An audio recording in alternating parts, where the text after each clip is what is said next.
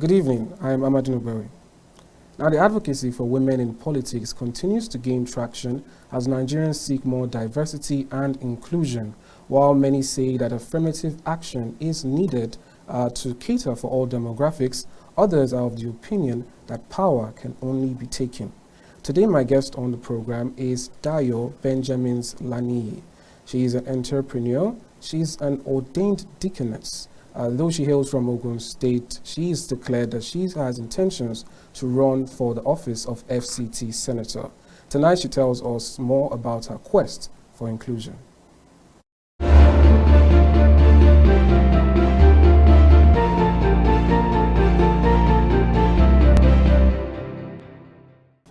Dayobenjaminslaniyi, welcome to the program.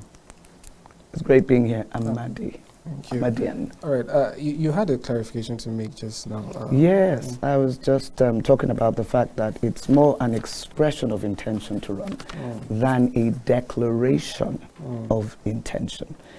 The declaration will come when the legislation allows that. But right now, I'm in the place and space of the expression of interest and intention to run. All right. Let's talk about that intention now. Where does it come from? For those who know you, they know you as an entrepreneur. You know, as a, all around, they've seen you in different fields and you've excelled in them. And now you want to venture into politics. What informed this decision? Really, I call it more a eureka. And it's something that I'm a disruption by personal conviction and inner persuasion, let me put it that way.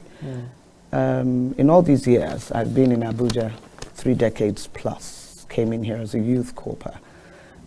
And in all the stretch of my being in media, communications, events, and all of the experiential traction of my own exposure, I had never thought or imagined I would run. I've always, however, been part of the conversations, the engagements, the entire networking when it comes to political, the whole political intersection, because of what I do, hosting events, moderating, working in the advocacy space with youth, with women, also being in Abuja and finding a lot of the demand for a voice, a visible voice, or someone who's able to banter as well as profile a lot of these issues, whether hosting as an MC, moderating, working as a rapporteur, or just being a lead voice in a conversation with a point of view. Once you're in Abuja, and once you're doing what I do or we do in media, then you're exposed to politics. And so the political conversations over time, I would say in a way, had triggered in me somewhat unconsciously, in a subterranean sense, this whole engagement. And then you come to a place where, like many of us, we have opinions about the various scenarios of national enterprise, of political enterprise, of legislative enterprise. And we come with our opinions and we still have more discussions and all of that. In the community of faith, like I said, working with youth, I get questions and everything. I'm a mother of 4, and my youngest is 16, my oldest is 25. So the whole timeline, of 3 decades, the conversation has been aggregating. As a mother in this nation, in Nigeria, as a voice who's been privileged to speak at Davos, at the United Nations, with all these platforms, you must come to a place where you begin to have a more, it's not just personal and inward, but a very, very critical sense of urgency and prioritizing your voice in that space, not just as another voice in the marketplace, but really as a visible voice, creating traction for voices speaking. And I realized coming into this now season that the election campaigns are coming up again. I'm Goldie 7, and I said to myself, not the next time, but now. It's time to speak out. It's time. It's not so much speak out as an activist, but just to be activated and to be very deliberate and intentional about it. Yes, you may be a card-carrying voter registered persona. I've never actually carried a party card until I had to make this decision. And then I realized that, yeah, I mean, it's true that ordinarily you don't see women like me running or giving themselves up to vie. But the truth of the matter is, I mean, we'll say colloquially, if not me, then who? And if not now, then when? So for me, I'll call it a eureka, a disruption. But I believe there should be more disruptions like me, not just as women, but as Nigerians who are much more than being concerned citizens, become engaged citizens. His Excellency El-Rufai is one of the loudest preachers in terms of national reform for political participation and engagement of the elite in every process that you want to use to negate what is contrary, then you have to get involved. If you call it murky, it's what it is. Clean it up and get cleaned up too. That's very fair. That's interesting. Let's talk about other women now in politics. So far, what would be your assessment as to the involvement or the participation of women, and what do you think could be factors affecting your assessment, whether it's a lot of women are involved or not enough are involved? For me, I'll spotlight Frontline, the Honorable Abike Dabiri, who now, of course, is our CEO of the Diaspora Commission. Why? As a teenager in school, in Queen's College, years back, Auntie Abike was the reporter with Franco Lise on the news. And she was not the lead reporter, but her spotlight on the Bar Beach incident of certain students who were there messing around instead of being in school made Franco Lise and Nigeria start asking the question, where are your children tonight? It made people put a spotlight on parents and the connection transgenerationally about how we're raising them. Watching Auntie Abike port from being that reporter to who she is now, coming into the National Assembly, winning elections, being able to sustain her political persona brand through a political administration that was not her own dispensational place of favorable association, still come all the way through and become a clear voice. Now she chose where to position herself, becoming the voice for the Nigeria diaspora. And with that, positioned herself pivotally, becoming a diaspora voice for Africans on every global platform. So whatever their issues have been, she's become the persona that speaks for them, the visible voice for those voices speaking. I said spotlight her because what that has done for me, it has demonstrated that a woman in political space must be very adroit about presenting not so much herself as an argument or an agitator or an activist, but as a political pedigree that is able to, through her sustained, deliberate posture, engage the conversations when she has the opportunity to do that with a clarity of communicating her POV, her point of view, while at the same time maintaining her engagement with leadership structures and political intrigues, whether it's in the House as a member of Rep in the other party, understand, or within the party dynamics of being a member and now clearly such a distinctive and distinguished chieftain in the reference of the APC. For me, that's Auntie Abike Dabiri. Spotlight again, Mama Bakassi. And you look at her now, and like she was saying the other day, that is distinguished Senator Florence Itagiwa, who was the first female deputy, the minority leader in the National Assembly. And the other day at the APC Women's Congress, she said to me being privileged to be on stage with her because I was master of ceremonies for the event, and she said, you know, Dayo, the truth is, entrepreneurship is so key to political engagement in terms of scaling it to community participation and community success when it comes to connecting with politics at grassroots representation. She said, women need money. So you have to train women in entrepreneurship. You have to train women, not just to train themselves, but also to have the entrepreneurial DNA to train their community around them. So whatever they invest in as initiatives of advocacy will build this. So you're not in a place where, because you don't have the startup capital for your political ambition, aspiration, or otherwise, or even just supporting and being seen to be relevant through your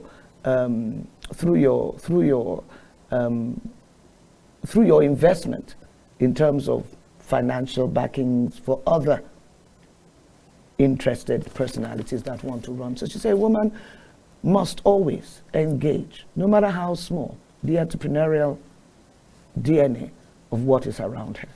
So engaging these women, you come into a place where you begin to learn more and more. Mama P, Dame, Her Excellency, Dame Patience Goodluck Jonathan, for me, is my supreme mama mentor, matriarch mentor. And I was also privileged, by dint of what I do, to be in her close circle of political engagements. And I learned one principal thing from her about the woman engaging the woman, first at the grassroots, then scaling it up. And scaling it up to the place where, yes, you may not speak the English the way the Harvard, MIT, Oxford, or Cambridge trained diaspora woman would do. But you must have a language and a communication challenge to engage the spirit of the people, of the will of the people, of the hope of the people, of the declaration of their, not even so much their needs, but their dreams. Their dreams for themselves or for their children, unborn, or those who are challenged in terms of the space, the sectors, whether it's education, health, or whatever that engagement is. She taught me the language to use. So you've got to find, it's an empathy. It's you don't come into that space speaking political lingua in an inflection of accents. You get in there and you give it to them. My people, are we ready? And of course, like she said, there is God. That's interesting. There's always God. Oh, yeah. The God factor. Yeah. True. Now, now that you bring it up, I was going to bring it up later, but now that you've mentioned it, we know you're an ordained deaconess, and also you're married to a senior pastor. So, how does your religion or your involvement or strong involvement in Christianity or religion affect your politics, or does it have any effect in your politics? Well, there's no question. A person's position and posture in faith must have an implicated representation in everything. By their fruit, let's go to the Bible, you shall know them. But you see, the fruit is not born of religion. Religion is actually a demon in the church. So I don't do religion, I do lifestyle. And my lifestyle is a report of what I've done for good, for bad, or for evil.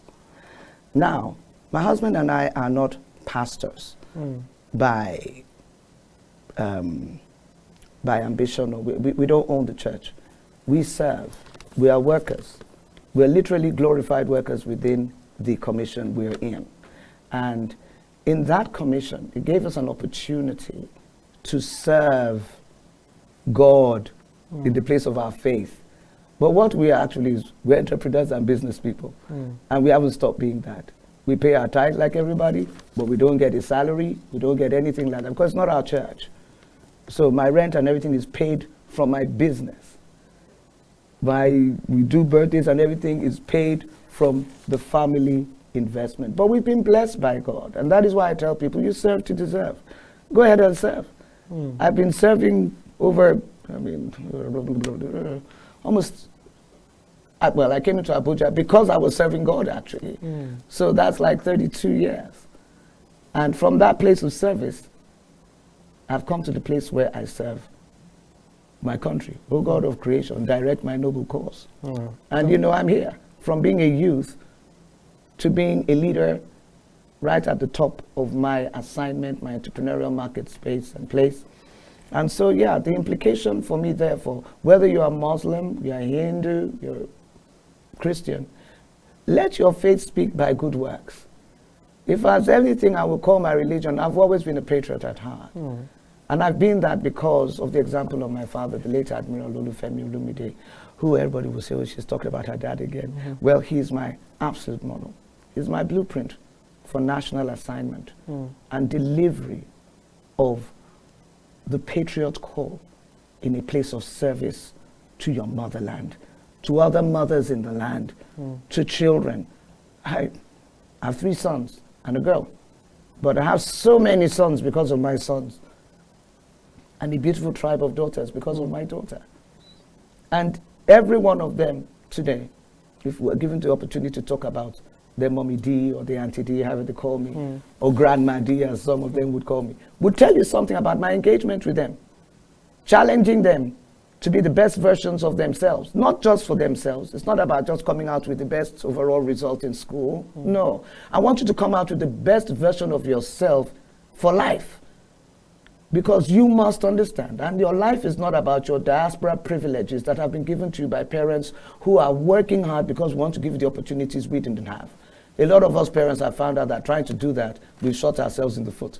We should have allowed them to go through what we went through to begin to create the new opportunities they need for themselves and for others. But that's another conversation. But a critical one for parents, even in political space and for leadership. So essentially, my faith really is to serve this nation. It's always been, my heart is green, white, green. And my mandate is I am Nigerian. And for the FCT, coming to the FCT, that for me was just a love story that started, like again, a disruption. Because I almost didn't do my youth corps. But then a lot of things were retracted. I graduated from the University of Ibadan. And then for 3 years, I was challenged in my personal space. I won't say I was even trying to find myself. I just kind of was going down a particular track. And then, bang, like you call it a eureka. That's when I had my engagement by faith and came to a place where I retracked myself and found myself returning to the basics. And I realized you must serve. To serve God, you must serve your country. Honestly, I believe that. That is fair. Now let's talk about, you've mentioned your background and how your field helped you get into certain circles and certain, so you seem to have a network already, even before venturing completely into politics. Now, is that part of the reason why you, for lack of a better description, aimed so high? Because as it is your first time in politics, the Senate is actually, a pretty big deal. And the person who currently holds the position that you have interest in has been there since, I think, 2011 or so. So what gave you that confidence that you could, compete at the highest level? Amandi, I think you've used the principal word that has given me an opportunity to now put it. It's just about courage. The distinguished Senator Philip Aduda is a brother and a friend. His mom loved me. She would hold me to her womb and bless me. And she gave me some precepts. But then I never realized I was ever going to go for this. And then he wasn't anywhere in that anyway. But basically, No, it's not because of a network that I felt, oh, I can do this and go here. No. Like I said, it came from a more personal place of clarifications. And when it hit me that it was Senate, I was like, oh my goodness, like for real? And it's like for real. And it's courage. It takes courage. And the reality that, yes, the FCT is ready for something bold, fresh, and disruptive. And I fit that bill. And I realized that in running, you run from the sincerity of running to win, not running to posture yourself for a position, for an appointment, for a certain level of attention. If it's attention, I have that and a lot of it. If it's the network, I have that and a lot of it. What has humbled me in this startup expression is just finding, like I said, that your good works will speak for you. And I'm getting sincere counsel. Like you said, even my husband, gave me sincere counsel. You start from this, but I'm still starting where I start. You go to your ward. I mean, it doesn't matter what network you have. You still have to engage the people as the people.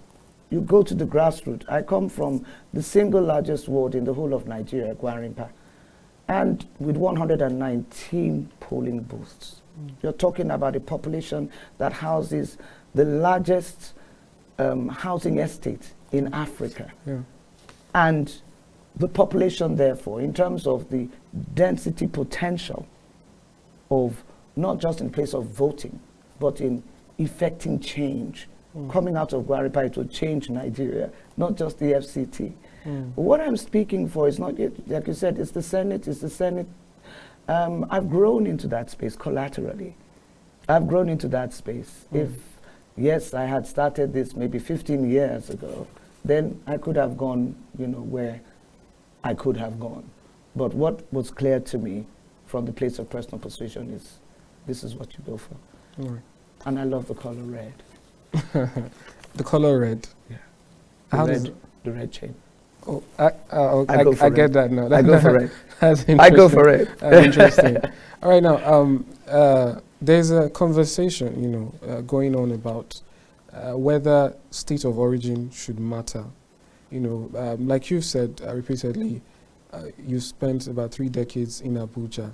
So we have persons who spend their whole lives in a state that is not their state of origin, and when it's time to do anything consequential, they have to fill in forms where they write the state where they possibly have no connection really. Now, in terms of that, how do you think your interest in a position in FCT affects your other advocacy for inclusion? Do you feel there is any difference between yourself and someone who's an indigene of the FCT, who was born here or who possibly has parents all the way from the initial inhabitants of the region? I think it would be rude and disrespectful of me to say there's no difference. The original inhabitant is the original inhabitant of this place, and the indigene of Abuja, the Baggy people, is the indigene of Abuja. The truth of the matter, however, is that Nigeria, as encapsulated in the capital city, and the legislation that gives one the opportunity to run, maybe unlike any other place, but spotlight the distinguished Senator Grace Bent. She became not just the exception to the rule, but by every expression of first mention of a woman in advocating in that space, she's given us very clearly a role model to follow and a prototype to distinguish. We can only keep scaling it and getting it better, which means that when you're given the opportunity, how and what do you do with it? Even in the FCT, distinguished Senator Hirat Kwadobe has held this office and did so with at a level of such distinction that she is a celebrated former senator of the federal of the FCT. So No, there is a differentiation. But the truth of the matter is that just as I've come in here and my collateral capacities in the place of entrepreneurship, advocacy, recognition, attention, and all that have made me global, grew from this space. It grew from this space and trained me out of Abuja. I've become a voice. I work my advocacy well before ever it was without agenda. What I did for the girls in the government girls secondary school, what I do for the youth all over the place, the kind of Inreach outreaches we've held in different localities, municipalities all around Abuja through the expression of faith and through the expression of NGOs working with the apolitical representations. This didn't have any color of indigenship in it. It is done for the people. But I believe sincerely that a lot more should be done for the case and the cause of the original inhabitant of the FCT. But it takes us working together to make that express itself. You know, the SDG talks about the fact that you must have partnerships. There are partnerships that will help you score the critical goals of development, which you, in your own space and locality, at your own level and scale of engagement, cannot achieve. This is what I represent. Yeah, that is fair. Now, we're almost rounding up now, so I'll just make it a two-in-one question. What exactly is your mission should you get that position? What are your targets? What's your goal? And secondly, why the APC, you know, as a platform, especially when there's sentiment that the two major parties have not done so well for the people. So why identify, why choose that platform to Well, you to see, go ahead? like they always say, when you point a finger, what is pointing at you? What pointed at me brought me to the place that before you say so much without knowing so much, why don't you go and learn so much? Everybody needs a Trojan horse to get into Troy. And I've had the best ever exposure and experience on the PDP platform, though not as a PDParian, card-carrying member. And in making a decision, it was clear to me it's going to be either or. So it wasn't an eeny, meeny, miny, mo. No, it was a decision to go with what is incumbent. And in that space of going with what is incumbent, also understanding that the distinguished senator is from the other side. So you take an oppositional position. Yeah. So that's just the strategy of tennis. I can't play on the same side. I must go where I can position myself to play from this side. But the truth of true party politics and the agenda of positioning women in political space is this. Every woman runs for every woman. You are not colored by party. You are not colored by your indigenship. You are not colored by your religion. If I'm running for every woman running. And for every woman who's too scared to run, I'm running for you too. That's what I'm doing. But it's not just about the woman thing either. I'm also running because I'm a patriot believer in this country. And I suddenly came to the understanding, you know, that we all say so much without knowing so much. It's time to learn. And as a legislator, someone will say, isn't it better to go in and be an executive so I can hire and fire and do what I want to do? I mean, I had a good master class from one of the masters who said to me, Dayo, you know, going for senatorship is not about having a clean FCT, because I know you're particular about that. I'm an environmentalist, I like all that. He made me understand, you want to be a senator, it's about laws. It's not even about constituency projects. And you know what? I said, so be it. Because the laws are about the people, for the people, and by the people that represent them. And executive office and position will always come, ultimately, an appointment, if you serve and serve well. To serve in the legislature, for me, is the highest reference of serving what I truly believe as a dream for me, what I truly hold myself accountable to as a mother in Nigeria for my children and children from other mothers, and for other mothers who do not have the courage to step into the fray like I'm stepping, but through me will find that they have a say, and I will uphold the pedigree of who we are, not just as a Nigerian woman, but as Africa woman, to every place and scale of the advocacy and opportunity, not just to lead, but to speak with sincerity, to speak with the purity and passion of her nation, and to be teachable, because that's what I'm going to be. Teachable. The people are teaching me. I'm asking people around me, if you were to give a law today, what kind of law would you want? I'm thinking of it. I call it Abuja my happy city, because that's what it is. I call it my happy city. It's made me happy, and it's made me make many people happy because of what I have collaterally gained here. It's not my gain. I'm wealthy not because, oh, it's the money.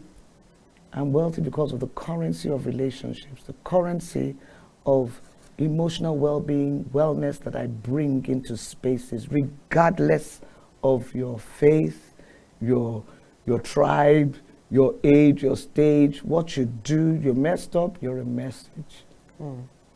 And if you are an activated messenger, you're in my tribe.